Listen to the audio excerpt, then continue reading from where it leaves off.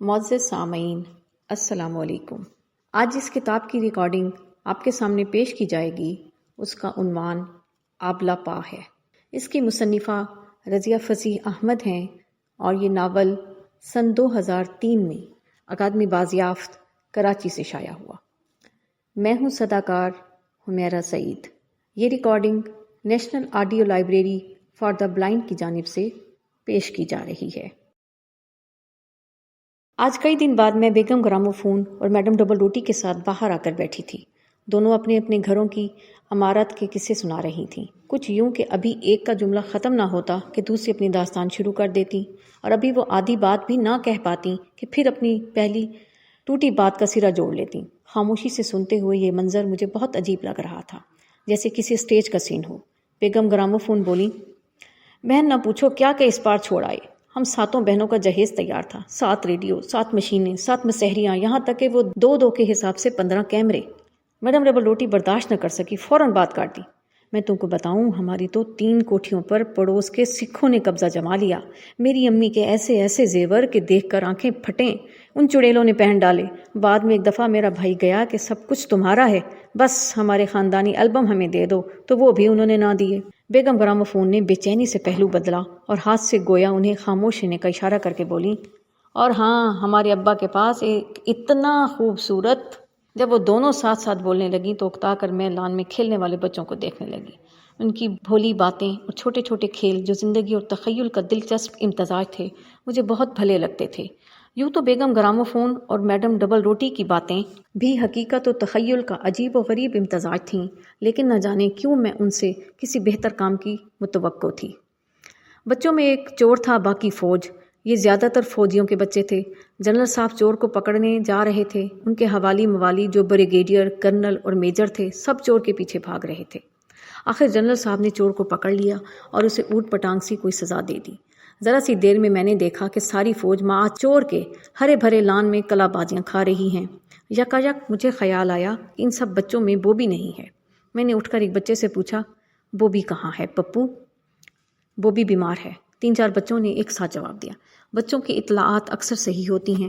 بوبی کا نوکر بھی کہیں نظر نہیں آ رہا تھا۔ میں لان پر سے اٹھ کر آئی، سیڑھیاں چڑھتے ہوئے میں نے بوبی کے رونے کی آواز سنی۔ اوپر پہنچ کر میں نے آہستہ سے اس کے کمرے کا دروازہ کھٹکھٹایا۔ ملازم لڑکے نے دروازہ کھولا۔ بوبی واقعی بیمار تھا اور اسد ڈاکٹر کو پہنچانے گیا تھا۔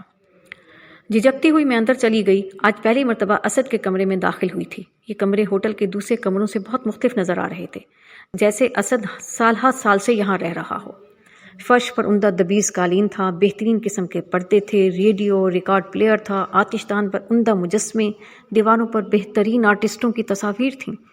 نئی وضع کے گلدانوں میں تازہ پھول لگے ہوئے تھے۔ دوسرا کمرہ بھی جو اسد کے سونے کا کمرہ تھا، ہوٹل کے بجائے کسی نہایت پرتکلف قسم کے مکان کا کمرہ نظر آ رہا تھا۔ تیسرے چھوٹے کمرے میں جو غالباً بوبی کا بیڈ روم تھا، بوبی لیٹا رو رہا تھا۔ اس کی آنکھیں سرخ اور گال لال بھبوکا ہو رہے تھے۔ ملازم دوا پینے کے لیے جتنی خوشامد کرتا، بوبی پاؤں چلا چلا کر اتنے ہی زور سے روئے جاتا۔ میں نے اس کی پیشانی پر بکھرے ہوئے سنہری بال ہٹا کر پیار کیا اور معلوم ہوا جیسے میں نے کسی انگارے پر اپنے ہونٹ رکھ دیے۔ اسے بہت تیز بخار تھا۔ کرسی گھسیٹ کر میں اس کے پاس بیٹھ گئی۔ میں نے اشارے سے ملازم کو دوا ہٹا دینے کو کہا اور بوبی سے باتیں کرنے لگی، اور وہ غنودگی کے عالم میں اونگھنے لگا۔ پھر وہ دوا ہاتھ میں لے کر باتیں کرتے ہوئے سہارا دے کر میں نے اس کے ہونٹوں سے لگا دی اور وہ بے خیالی میں پی گیا۔ پھر پانی پی کر وہ خاموشی سے لیٹ گیا۔ میں نے اس کی گردن تک سرخ پلش کا لفاف اچھی طرح اڑا دیا، اس کے بکھرے بالوں کو ہاتھوں سے سنوارا اور پلٹی تو دیکھا۔ اسد کچھ فاصلے پر کھڑا بڑی غور سے میری حرکتوں کو دیکھ رہا ہے۔ میں گھبرائی، پھر خود پر قابو پا کر بولی، کوئی پریشانی کی بات تو نہیں ہے؟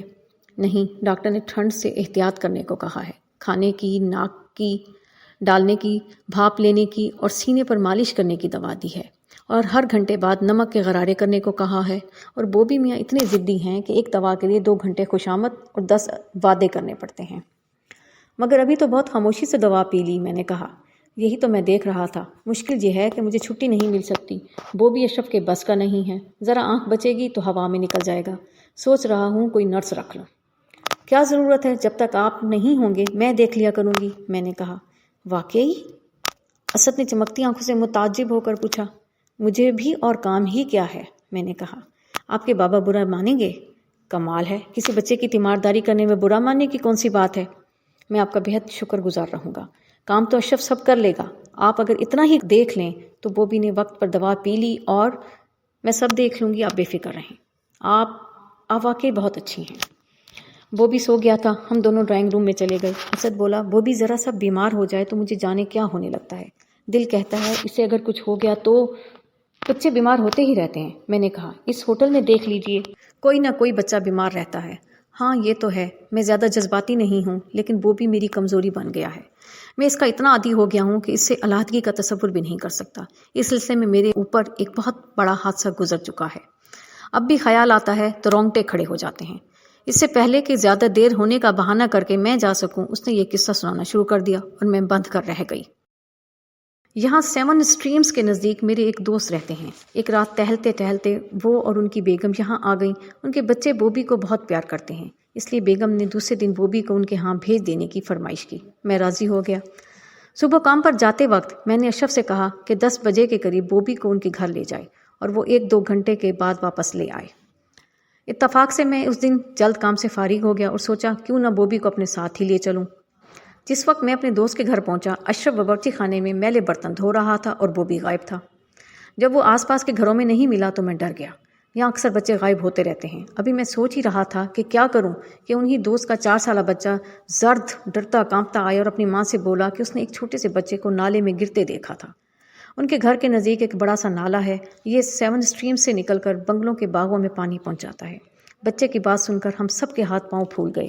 اس کی ماں نے پوچھا، بیٹے کیا وہ بچہ بوبی تھا؟ لڑکا جو خوف سے بے ہوش ہونے کے قریب تھا آہستہ سے بولا، معلوم نہیں۔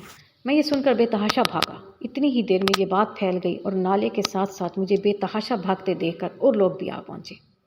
میں اپنی اس وقت کی حالت بیان نہیں کر سکتا۔ اگر مجھے بوبی کو بچا لینے کی امید نہ ہوتی تو کبھی کا گر کر بے ہوش ہو چکا ہوتا۔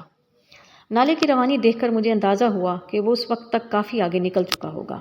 نالے کے ساتھ ساتھ بھاگتے ہوئے مجھے یہ ہوش نہیں تھا کہ میں اس وقت پاگلوں سے بدتر نظر آ رہا ہوں۔ نہ مجھے یہ اندازہ تھا کہ میں کتنی دور نکل آیا ہوں، جہاں نالا مڑتا میں بھی اس کے ساتھ مڑ جاتا۔ ایک بنگلے میں پانی کے داخلے کی جگہ جالی لگی ہوئی تھی۔ اس جگہ میں نے دور ہی سے ایک ننھا سا ہاتھ اوپر نکلا ہوا دیکھا، اور بال جو بہت سے تنکوں اور کوڑے کے ساتھ الجھے ہوئے پانی پر تیر رہے تھے۔ اس وقت اور بہت سے لوگ وہاں پہنچ گئے تھے۔ یکایک میری ساری قوت میرا ساتھ چھوڑ گئی۔ اس اٹھے ہوئے ہاتھ اور الجھے ہوئے بالوں نے مجھے یقین دلایا کہ یہ زندہ بچے کا ہاتھ اور بال نہیں ہیں۔ یک لخت میرے پیٹ میں شدت سے کچھ محسوس ہوا، جیسے وہ ایک دم کھوکھلا ہو گیا ہو۔ میرا جی متلایا اور چیزیں نظروں کے سامنے دھندلانے لگیں۔ شاید میں بے ہوش ہو کر زمین پر گرنے والا تھا کہ کسی نے مجھے سہارا دیا۔ اتنی دیر میں کسی اور شخص نے بچے کو باہر نکال کر گھاس پر لٹا دیا تھا۔ ادھر نہ دیکھنے کی کوشش کے باوجود میری نظریں وہاں چلی گئیں اور میں یوں چونک اٹھا جیسے میں نے دنیا کا کوئی بہت بڑا عجوبہ دیکھ لیا ہو۔ وہ بوبی نہیں، کوئی اور بچہ تھا۔ اس وقت اطمینان اور شکر کا جو سانس میں نے لیا، اس سے میں آج تک شرمندہ ہوں۔ ایک معصوم بچے کی موت پر سکھ کا یہ سانس شاید سنگ دلی کی بدترین مثال ہو، لیکن یہ احساس کہ مرنے والا بچہ بوبی نہیں ہے اتنا قوی تھا کہ ایک لمحے کو میں یہ بھول گیا کہ اس بچے کی جان بھی اتنی ہی قیمتی تھی جتنی میرے بوبی کی، اور لوگوں نے بھی فوراً اندازہ لگا لیا کہ وہ میرا بچہ نہیں ہے۔ وہ ملیشیا کی قمیض اور ملیشیا ہی کے چھوٹے پائنچوں کی شلوار پہنے ہوئے تھا، اس کا گریبان کھلا ہوا تھا اور کپڑے کئی جگہ سے پھٹے ہوئے تھے۔ اس وقت مجھے کچھ اس قسم کی شرمندگی ہوئی جیسے اچانک کسی چیز کو اپنی کہہ کر کسی پر چوری کا الزام لگا دیں اور بعد میں ثابت ہو وہ آپ کی چیز نہیں تھی۔ اس ایک لمحے کے اطمینان کے بعد مجھے دوسرے لوگوں کی طرح اس بچے کی موت کا افسوس ہوا۔ کچھ لوگوں نے اسے اسپتال لے جانے کی رائے دی، بعض مایوسی سے سر ہلا رہے تھے کہ اب بہت دیر ہو چکی ہے۔ اس عرصے میں ایک شخص نے بچے کے پیٹ سے پانی بھی نکال دیا تھا۔ ہم اسے پیدل اٹھا کر کار تک لائے، پھر میں اپنی کار میں ڈال کر اسے اسپتال لے گیا، لیکن واقعی اب کچھ نہیں ہو سکتا تھا۔ بچے کو مرے ہوئے دیر ہو چکی تھی۔ اسپتال میں روتے ہوئے اس کے ماں باپ داخل ہوئے اور مرے ہوئے بچے کو دیکھ کر دھاڑے مار مار کر رونے لگے۔ میں اس وقت خاموش ایک طرف کھڑا تھا۔ شاید میں ان کے درد کو مکمل طور پر محسوس کر سکتا تھا، کیونکہ چند لمحے پیشتر مجھے یقین ہو چکا تھا کہ بوبی مجھے ہمیشہ کے لیے چھوڑ کر چلا گیا ہے۔ اس وقت یکایک دنیا میری نظروں میں اندھیر ہو گئی تھی، اور بعد میں بھی میرا دل کانپتے ہوئے بار بار کہہ رہا تھا اگر یہ بوبی ہوتا تو۔ تب بے اختیار میرا دل چاہا کہ خدا کے سامنے اپنا سر جھکاؤں اور اس کا شکر ادا کروں۔ میں جو اپنی مصروف زندگی میں خدا کو قریب قریب بھول چکا تھا، ایک مدت سے جیسے مجھے خدا کی ضرورت ہی محسوس نہیں ہوئی تھی۔ وہیں کھڑے کھڑے میں نے صدق کے دل سے خدا کا شکر ادا کیا، لیکن فوراً ہی مجھے احساس ہوا جیسے میں نے بڑی کمینی سی حرکت کی ہو۔ میں نے خدا کا شکر اس لیے ادا کیا کہ اس نے بوبی کو بچا کر دوسرے بچے کو مار ڈالا، اور اس وقت مجھے یاد آیا کہ بوبی مجھے اب تک نہیں ملا ہے۔ کہیں اس معصوم بچے کی موت پر خوش ہونے کے جرم میں بوبی کو کچھ نہ ہو جائے۔ میں ڈاکٹر اور بچے کی ماں باپ سے ایک لفظ کہے بغیر باہر سرک آیا اور کار میں بیٹھ کر پھر اپنے دوست کے گھر کی طرف چلا۔ بہت سے لوگ باغ کے پھاٹک پر کھڑے اس نامعلوم بچے کی موت پر اظہار افسوس کر رہے تھے۔ وہیں اشرف کے پاس بوبی اپنا منہ کھولے حیرت سے ان کی باتیں سن رہا تھا۔ میں کار سے اترا، بے تحاشا اس کی طرف لپکا اور اسے اپنے سینے سے لگا کر پھوٹ پھوٹ کر رونے لگا۔ یہ ایسا منظر تھا جسے بہت کم لوگ سمجھ پائے۔ اس کے بعد جب بھی کبھی میں نے غور کیا، میں خود پوری طرح اس بات کو نہ سمجھ سکا، لیکن مجھے اتنا ضرور یاد ہے کہ جس وقت میں بوبی کو گود میں لے رہا تھا، ایک منا سا ہاتھ بہتے ہوئے پانی سے نکلا ہوا اور چند الجھے ہوئے بال میری نظروں کے سامنے تھے۔ اس کے بعد بھی یہ منظر اکثر بیٹھے بیٹھے میری نظروں کے سامنے گھوم جاتا ہے، اور میں اب بھی یہ سوچ کر کانپ اٹھتا ہوں کہ خدا نخواستہ اگر وہ بوبی ہوتا تو کیا ہوتا۔ یہ قصہ سنا کر وہ خاموش ہو گیا۔ اس کی آنکھوں میں تیرتا سایہ گہرا ہو گیا تھا، جیسے پانی میں سے ابھرا ہوا وہ ہاتھ اب بھی اس کے سامنے ہو۔ واقعی بہت خوفناک تجربہ ہوگا، میں نے کہا۔ جی ہاں، اب بھی ڈرتا ہوں کہ کہیں ایسا کوئی حادثہ سچ مچ پیش نہ آ جائے۔ وہ بھی بہت شریر ہے، اور اشرف لڑکا ہی تو ہے۔ وہ کھویا کھویا سگریٹ پیتا رہا، پھر بولا، لوگ کہتے ہیں کوئی ایسی ہستی ضرور ہونی چاہیے جو ہر وقت بوبی کا خیال رکھ سکے۔ وہ خاموش ہو گیا۔ یہ خاموشی جیسے مجھ سے کچھ کہہ رہی تھی، مگر میں یہ سوچنے میں مصروف تھی کہ بوبی کی ممی کہاں ہیں؟ وہ بوبی کے باپ سے بچھڑ کر آخر کہاں ہو گئی ہے؟ سیڑھیوں پر قدموں کی آہٹ ہوئی تو میں چونک پڑی۔ پہلی مرتبہ احساس ہوا کہ میں تنہا اسد کے کمرے میں بیٹھی ہوں۔ اچھا میں چلتی ہوں۔ میں جلدی سے اٹھ کھڑی ہوئی۔ اسد میری گھبراہٹ کو پا گیا۔ وہ کرسی سے اٹھ کھڑا ہوا اور کھوئی کھوئی نظروں سے میری طرف دیکھتا رہا۔ میں نے اس کے کمرے کا دروازہ بند کر دیا اور اپنے کمرے میں آ گئی، اور جیسے اسد کی وہ کھوئی کھوئی نگاہیں میرے ساتھ ہی چلی آئیں۔ جس دن بوبی نے غسل صحت کیا، اسی دن اسد 12 میل دور ایک جھیل پر ہونے والے جشن ماہتاب کے ٹکٹ خرید کر لایا۔ وہ شاید اس دیکھ بھال کا بدلہ اتارنا چاہتا تھا جو بوبی کی بیماری کے دوران میں نے کی تھی۔ یہ جشن ماہتاب دراصل ایک مشاعرہ تھا جس میں مقامی اور مہمان شعراء شرکت کر رہے تھے۔ آپ کو مشاعروں سے شوق ہے؟ اسد نے بابا سے پوچھا۔ مجھے تو نہیں، البتہ اس پگلی کو ہے، بابا نے کہا۔ وہ تو میں کمروں میں جا بجا بکھرے ہوئے دیوانوں کو دیکھ کر پہچان گیا تھا۔ اس نے میری طرف دزدیدہ نگاہوں سے دیکھا اور بولا، آپ خود بھی شعر کہتی ہوں گی؟ جی نہیں، میں نے مختصراً کہا۔ کہنے تو چاہیے، بابا بولے۔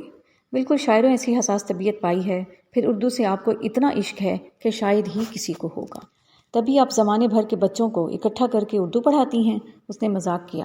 اور بھائی وہ تمہاری اردو یونیورسٹی کا کیا ہوا؟ بابا مجھ سے مخاطب ہوئے۔ کچھ بھی نہیں، بابا اردو کی بیماری کا سوچ کر میں افسردہ ہو گئی۔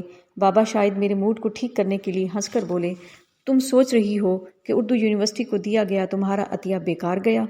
بابا آپ کیسی باتیں کرتے ہیں؟ میں نے رندھی ہوئی آواز میں کہا۔ دیکھا اس پگلی کو بس بسورنے لگی۔ بابا نے اس سے کہا، کسی کا دکھ ہو آپ سینے سے لگائے رکھتی ہیں، اور پھر بڑی سنجیدگی سے بولے، بیٹی دل سے دی گئی قربانیاں اور عطیے رائگاں نہیں جاتے، انتظار فرض ہے۔ بابا کی اس بات نے مجھے حوصلہ دیا۔ بابا جو ہر معاملے میں اتنی بے اعتنائی سے رہتے تھے، کبھی کبھی بڑی پتے کی بات کہہ جاتے ہیں، آخر بابا جو ہیں۔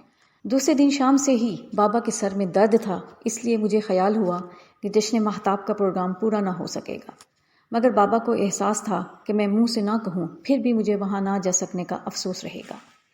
انہوں نے اپنے ایک دوست کو فون کیا کہ مجھے لے جائیں، اور اسد سے بھی کہہ دیا کہ وہ ہم لوگوں کے ساتھ ہی چلا جائے۔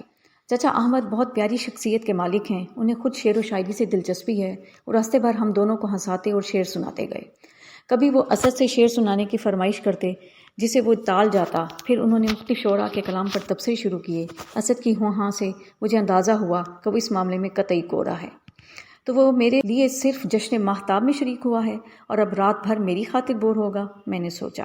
معلوم ہوا کہ حالیہ تعینات ایگزیکٹو آفیسر صاحب نے اس جھیل پر بہت محنت کی تھی، پہاڑوں کو کاٹ چھانٹ کر پھول پودے لگوائے تھے، اور اس کارگزاری کی داد لینے انہوں نے افسروں، ماتحتوں اور قوم کو بلایا تھا۔ مشاعرہ صرف بہانہ تھا، اور جن بڑے شاعروں کی آس لگائے میں آئی تھی ان میں سے ایک بھی موجود نہ تھا۔ البتہ جھیل کو خوبصورتی سے سجایا گیا تھا۔ چاندنی رات میں یہ سجاوٹ اور لطف دے رہی تھی۔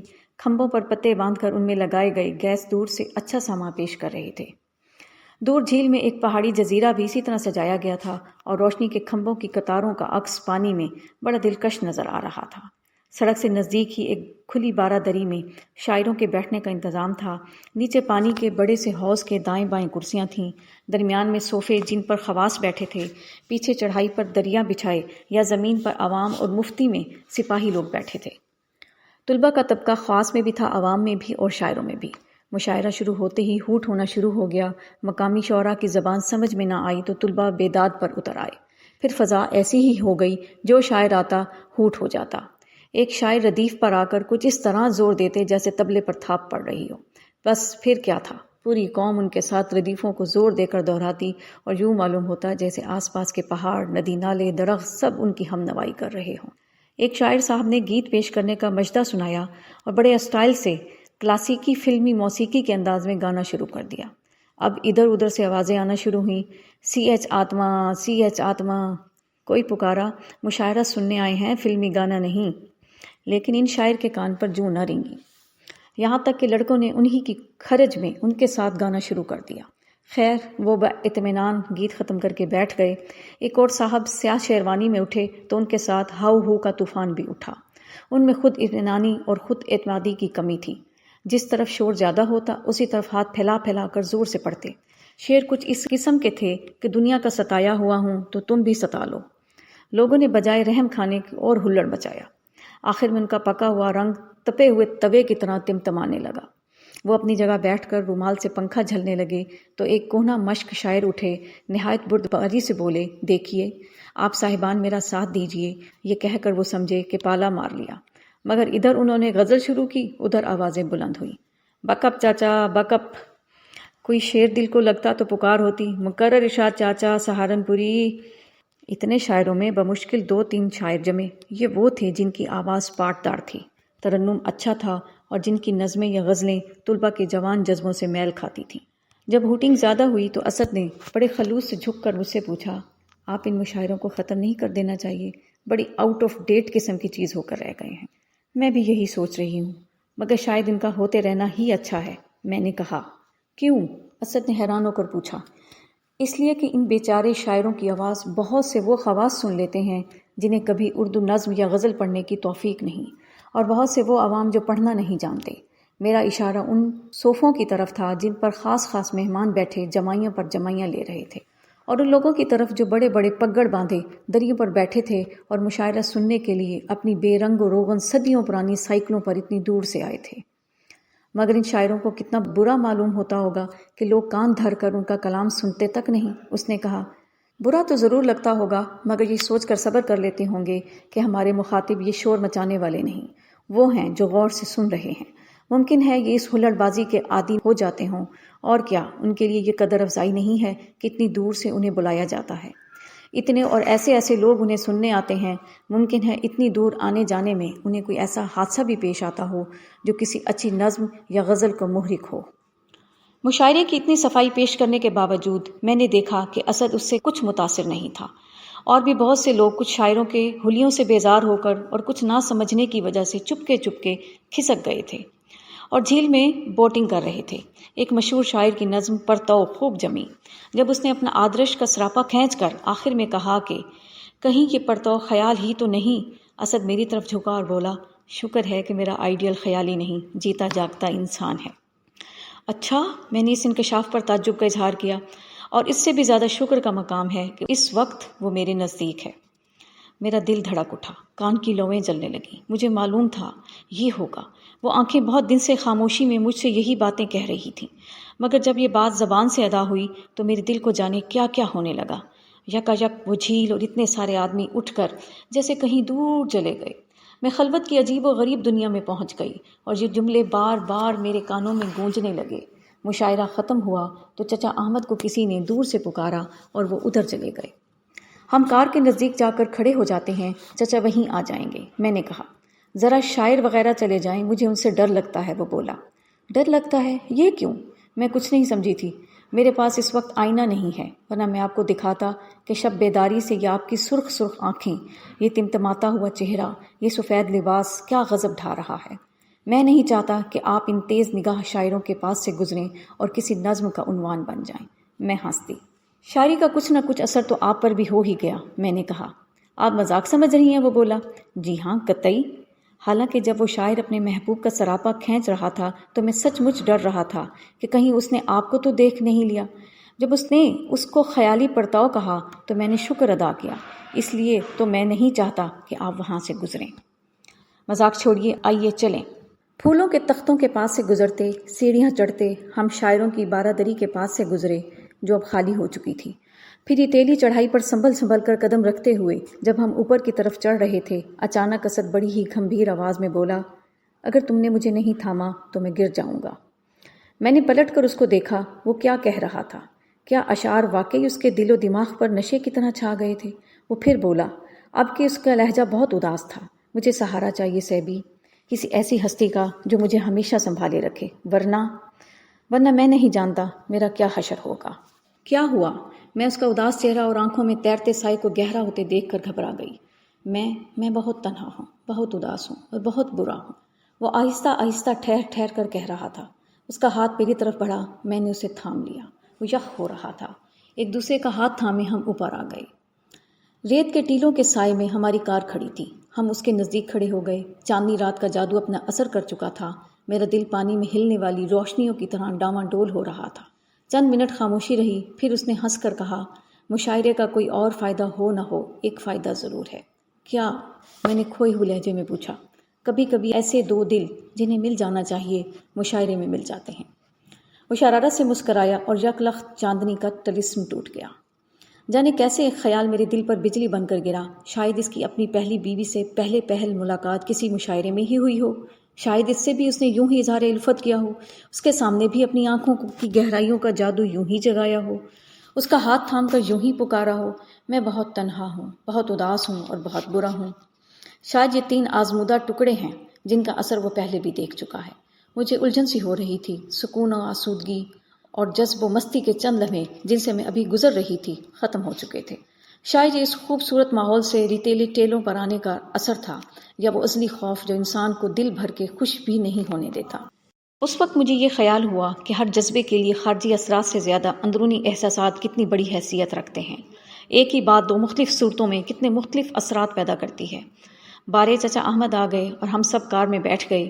ان کی باتونی طبیعت نے ہمارے راز کو افشا ہونے سے بچا لیا۔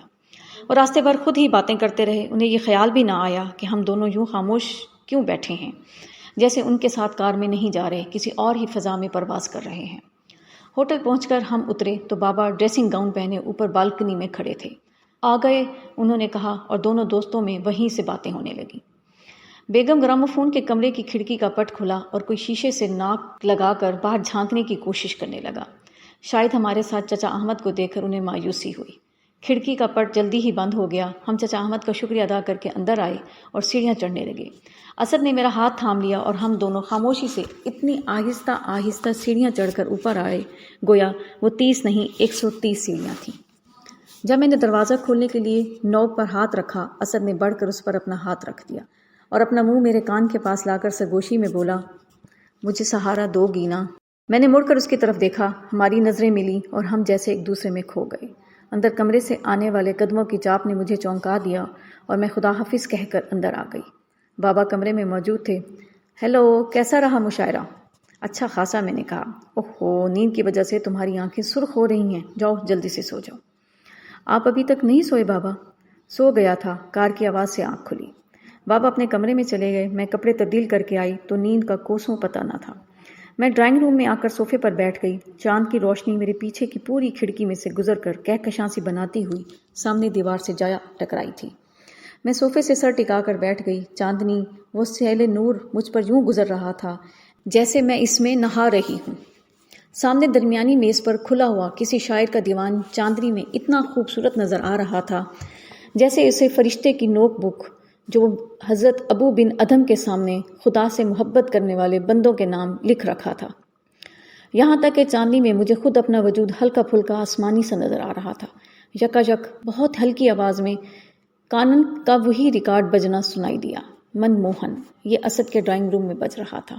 دونوں کمروں میں 4 قدم کا فاصلہ تھا، دونوں کے دروازے بند تھے، مگر آواز ایک کھڑکی سے گزر کر دوسری طرف سے اندر آ رہی تھی، اور مجھے یوں محسوس ہو رہا تھا جیسے اس کھڑکی کے راستے میں اسد کو دیکھ سکتی ہوں، جیسے وہ اسی طرح اپنے کمرے میں کھلی کھڑکی کے سامنے صوفے پر چاندنی میں نہایا ہوا بیٹھا ہو۔ نیند اس سے کوسوں دور ہے، اس کی سیاہ آنکھوں میں گہرے سائے کے بجائے تازہ محبت کا سرور ہے۔ کانن کی آواز کا جو تار اس کے کمرے میں سے نکل آ رہا تھا میرے دل کو جکڑ رہا تھا۔ ہم دونوں اس وقت ایک ہی جیسے کمروں میں یکساں کیفیت سے سرشار تھے۔ میں اسی طرح سر ٹکائے بیٹھی رہی۔ کانن کی آواز کبھی ہلکی اور کبھی ذرا سی تیز ہوا کے دوش پر سوار اندر آتی رہی، اور صبح جب بابا نے مجھے اسی حالت میں سوتا پا کر اٹھایا تو مجھے یوں محسوس ہوا جیسے صرف ایک لمحے کے لیے میری آنکھ جھپکی ہو۔ کانن کا ریکارڈ اب تک میرے کانوں میں بج رہا تھا، گو اسے بند ہوئے کئی گھنٹے گزر چکے تھے۔ اور پھر وہی ہوا جو ایسے موقع پر ہر لڑکی کے ساتھ ہوتا ہوگا۔ میں اسد کی ایک جھلک تک دیکھنے کو بےتاب رہنے لگی۔ صبح کو جب وہ سیڑھیاں اتر کر نیچے جاتا تو میں بالکنی میں کھڑی ہو کر دیکھتی رہتی، وہ اوپر دیکھ کر مسکراتا۔ صبح سویرے کی خوبصورت فضا میں اسی کا چہرہ پھول کی طرح شگفتہ ہوتا۔ وہ ہاتھ ہلاتا اور اپنی فوکس ویگن میں بیٹھ کر ہوا ہو جاتا۔ جب وہ کھانے کے کمرے میں ہوتا تو میں غسل خانے کے سامنے والی گلی کی کھڑکی سے اسے دیکھا کرتی۔ وہ ڈائننگ ہال کی بڑی سی کھڑکی کے سامنے والی میز پر دائیں طرف بیٹھا ہوتا۔ وہ میز پر تنہا ہوتا کیونکہ بوبی کی شرارت کی وجہ سے اب اسے کمرے ہی میں کھانا کھلایا جاتا تھا۔ رات کو پردے ہٹے ہوئے ہوتے اور ہال کی تیز روشنی میں اس کا ایک ایک نقش واضح اور جگمگاتا ہوا نظر آتا۔ وہ اس کے سیاہ کندھوں تک چلے گئے بال، وہ اس کا فراغ ماتھا اور جو روشنی کی کرنوں میں آئینے کی طرح چمکتا، وہ اس کی سیاہ گہری آنکھیں، ستواں ناک، خمیدہ لب، وہ اس کی ہر چیز بڑی آہستگی اور احتیاط سے اٹھانا اور کبھی کبھی غیر شعوری طور پر میری کھڑکی پر نظر ڈالنا، گو میں اسے نظر نہ آتی ہوں گی، پھر کسی کے پاس سے گزرتے ہوئے مسکرا کر سر ہلانا۔ بعض اوقات جب تک وہ کھانا کھا کر نپے تلے قدم رکھتا، حال سے باہر نہ نکل جاتا، میں اسے دیکھتی رہتی۔ مجھے وقت گزرنے کا احساس تک نہ ہوتا، لیکن انہی لبوں میں یک لخت میرے دل میں ایک درد سا اٹھتا، وہی نامعلوم سی رقابت کا احساس۔ یہ آنکھیں کسی اور کی نگاہ کا مرکز رہی ہوں گی، یہ پیشانی کسی اور کی سجدہ گاہ رہی ہوگی، اسے مجھ سے کہیں زیادہ قربت حاصل ہوگی۔ اس نے آنکھوں میں نزدیک سے جھانکا ہوگا، اس نے انگنت مرتبہ اس چمکتی پیشانی کو چوما ہوگا، ان بل کھاتی لمبی لمبی بھووں پر ہاتھ پھیرا ہوگا۔ میں ایک پھریری لیتی اور جتنا اس حقیقت کو بھولنے کی کوشش کرتی وہ میرے دل پر نقش ہوتی جاتی، یہاں تک کہ اس کشمکش میں میرا دل پتھر کی طرح بوجھل ہو جاتا۔ اس بوجھ میں سب سے بڑا بوجھ اس کی خاموشی تھی۔ اگر وہ اس سلسلے میں مجھ سے کھل کر بات کر لیتا تو شاید میرا دل ہلکا ہو جاتا، شاید میں نامعلوم لمس کے ان نشانوں کو بھول جاتی جو مجھے ہر جگہ نظر آتے تھے۔ اگر وہ یہ اقرار بھی کر لیتا کہ وہ ابھی تک اس سے محبت کرتا ہے تو کسی طرح میں اپنے دل کو بہلا لیتی، اس کی محبت کے دو حصوں میں سے ایک ہی کو کلیجے سے لگا لیتی، لیکن وہ خاموش تھا، جیسے اس نے مجھے اس قابل ہی نہ سمجھا تھا کہ اپنے راز میں شریک کر سکے۔ جیسے قیمتی چیز عام نظروں سے چھپا کر رکھی جاتی ہے، اسی طرح وہ اپنی پہلی محبت کا بھید مجھ سے چھپا رہا تھا، اور خود اس سے کچھ پوچھنا میری فطرت کے خلاف تھا۔ مجھ سے یہ بات راز رکھنے کا دکھ اصلی تھا یا رقابت کے احساس کو دبانے کے لیے میرے ضمیر نے گھڑ لیا تھا، کہہ نہیں سکتی، لیکن میں نے سچے دل سے مانتی تھی کہ اسد کی خاموشی کا وزن میرے دل پر اس کی محبت کی تقسیم سے کم نہ تھا۔ اس کی محبت کی تقسیم کا ثبوت ہر وقت میرے سامنے تھا، جس سے اسد اتنے پیار سے بات کرتا تھا کہ بعض اوقات میں تڑپ اٹھتی تھی۔ وہ اسے اتنی آہستگی سے گود میں لیتا جیسے کوئی نازک پھول اٹھا رہا ہو، وہ اس کے گالوں پر اتنی بار پیار کرتا کہ وہ دمک اٹھتے، اور وہ بھی پریشان ہو کر اس کی گود سے اتر کر بھاگ جاتا۔ اسد بڑی آہستگی سے ہنستا اور اسے جاتا ہوا دیکھتا رہتا۔ ایسے موقعوں پر مجھے خیال آتا بوبی کی ممی کی شکل ایسی ہی ہوگی، اس کی رنگت میدے کی طرح سفید اور بال سنہری ہوں گے، اس کے گال بھی یوں ہی تمتما اٹھتے ہوں گے۔ اس احساس رقابت کے باوجود میں بوبی کو چاہتی تھی، وہ مجھے پسند تھا، اس کی معصوم ادائیں، اس کی بھولی بھالی صورت، اور پھر وہ اسد کا خون ہی تو تھا۔ اسد کی آنکھیں اس کی طرح سیاہ تھیں، ان دونوں میں صرف آنکھوں کا رنگ مشترک تھا۔ معزز سامعین، جو ریکارڈنگ آپ نے ابھی سماعت فرمائی، اسے national audio library for the blind کی جانب سے پیش کیا گیا ہے۔ ہمارے یوٹیوب چینل کو لائک، سبسکرائب اور شیئر ضرور کیجیے۔ اپنی قیمتی تجاویز اور آراء کے اظہار کے لیے ہمارے کمنٹ سیکشن کا استعمال کیجیے۔ اگر آپ بھی رضاکارانہ طور پر ہمارے اس مشن کا حصہ بننا چاہیں تو ڈسکرپشن میں دیے گئے لنک کے ذریعے ہمارے واٹس ایپ گروپ کو جوائن کیجیے۔ شکریہ۔